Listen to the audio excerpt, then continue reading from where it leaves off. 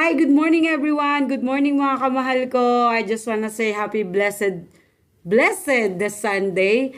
Today is Sunday and I just give you one Bible verse for today is Deuteronomy 8:18.